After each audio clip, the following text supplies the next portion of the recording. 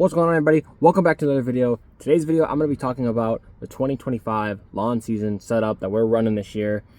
Basically, our setup, we've been kind of building it, but more or less, it is complete for the year. So for lawns, we're done adding we might make some fine-tuning adjustments, but for the most part, we're done. So I'm going to flip this camera around. I'm going to show you guys the setup. All right, boys and girls. So here we have it. This is the lawn care setup, whatever you want to call it, for 2025. I'm actually going to use this lens here, and I'm going to walk you guys through the trailer, the whole setup, and then, well, we'll start in the truck bed, actually. I'll zoom out for the truck bed. So in the truck bed, this currently has a bunch of other debris in it that has to go to a special place because it's like rocks. But usually we'll have like one or two 32-gallon bins in here for weeds, sticks, etc. that just go into those buckets. Then in here, this is an old recycling container that is basically just the miscellaneous junk. So there's like some gloves, there's the combi trimmer head, which I'll get to in a moment, about the steel trimmer, extra line, this one leaf scoop, shoot blocker, tools, oil cans for mixing fuel, etc. Cooler, usually cat propels in there, maybe lunch. Baggers for the push mowers.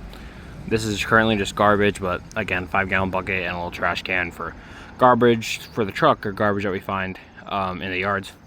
And then lastly, this is the newest addition actually, is our Murray push mower. We had a Craftsman push mower that we've been using, and we only use this thing a couple times a week, maybe twice a day at the most.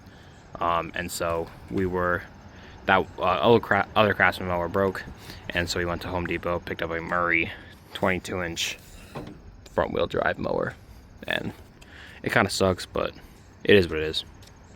All right, guys, so starting with the trailer, I have already kind of talked about this trailer in a previous video. I just kind of vlogged going to get it, but this is a 5x8 carry-on trailer, utility trailer. We've done basically very little to it since I've had it.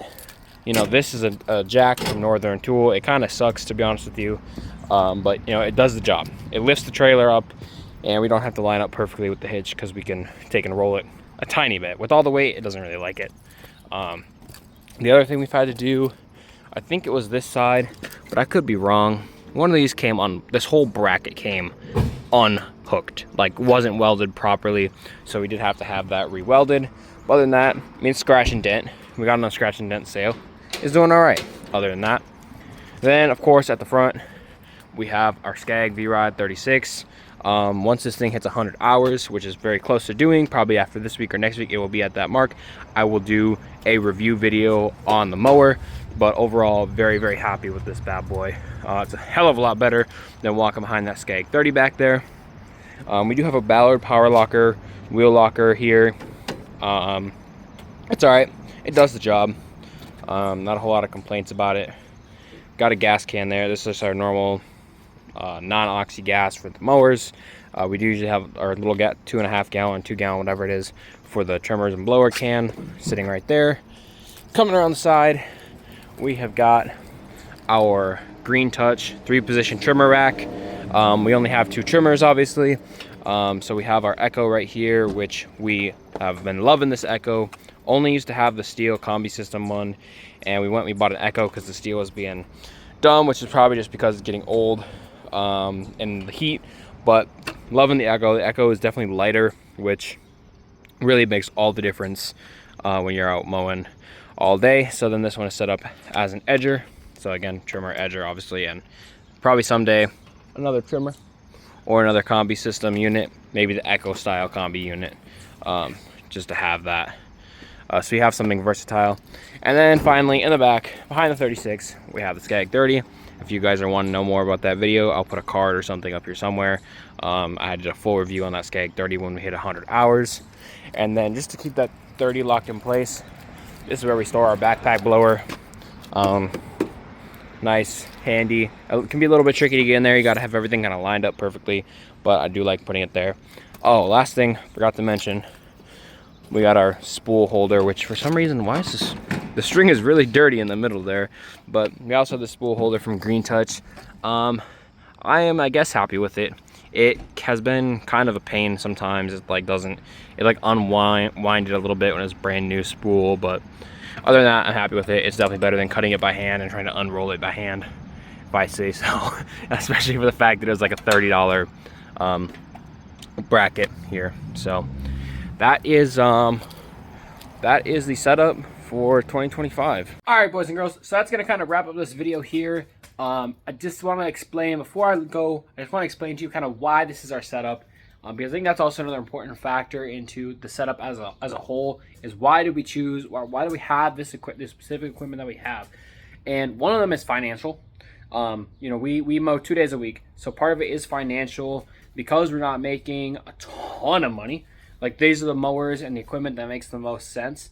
Part of it also is just how we've grown. So we started with very small yards, so we only ever needed a push mower. Then we got into some bigger yards. 30-inch was kind of the next step up. It was, you know, only $3,000 compared to $10,000 for like a 36-inch mower. So it was on the more affordable side, way to kind of increase our productivity and make lives easier. And then, of course, this year, like, we picked up some, you know, as we've been continuing to grow the business, we've picked up some much bigger clients, or much bigger yards, I guess, and that has really led us to have, you know, that's what led us to have the 36. And we've put on more hours with this 36-inch mower than we did last year with the 30, even into this year. So I think what I said makes sense. But anyways, so the main reason why we have the equipment that we have is that we've started with smaller yards and just gradually, you know, as we've grown the business, have started to get into bigger properties. And again, part of it is just like the area that we're in has a lot of, that we started the business in, has a lot of small yards. And so we have small yards. As we've kind of expanded our service area, picked up more clients outside of our very, like, our heart of our service area, if you will, we've obviously needed a bigger mower, because those are more suburbs, whereas we're very inner city where our specific service area is.